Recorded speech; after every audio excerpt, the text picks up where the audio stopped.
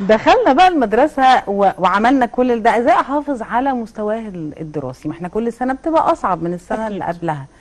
فانا عايزاه يبقى متفوق، يبقى تحصيله كويس، اعمله ايه؟ اول حاجه المتابعه. مم. في ناس فاكره ان انا اتابع الطفل نفسه ايوه. او الطفل بس.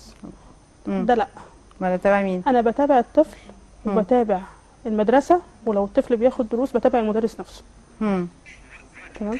بتابع الطفل في ان هو خلص مثلا اللي وراه، ان هو عمل الهوم ورك بتاعه اللي هو تمام. بتابع المدرس بقى في تحصيل الطفل معاه، اه.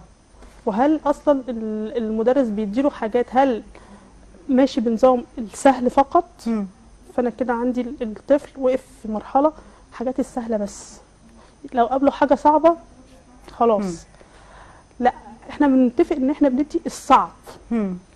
الطفل مش هيتعقد، بالعكس انا بعوده ان الحاجه الصعبه دي انت أيوة. تاخدها تحدي.